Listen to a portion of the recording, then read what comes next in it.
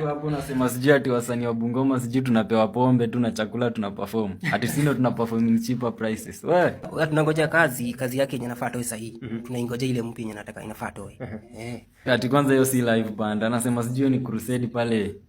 Ati ya kanisa fulani pale Kangemi. Kalito sitaki kukataja. Kalito ngoma moja. Hit moja. Na sasa sijawahi sikia kama ametoa hit nyingine ka hit. So kalitoa hit moja. Sasa anajigamba nayo in short. Najigamba atukiuliza mtu like ngoma ya Kiluya gani iko trending tena kuambia hiyo yake. Jamaa wenyu namjua, namshuku. Harry Rich Vida.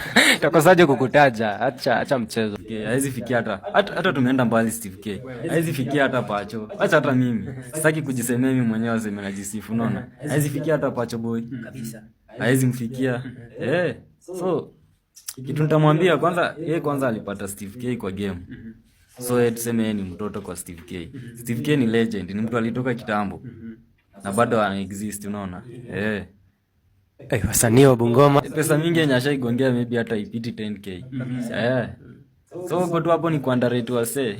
Na kazi zako zenyewe sasa tuzioni. Ama umesikia ngoma gani ametoa ingine tena hit?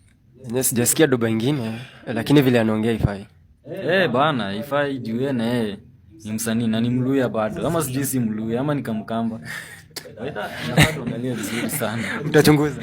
Inafaa tuchunguze. Anaweza kuwa si Mluya. Au ni ile tu amekuja tu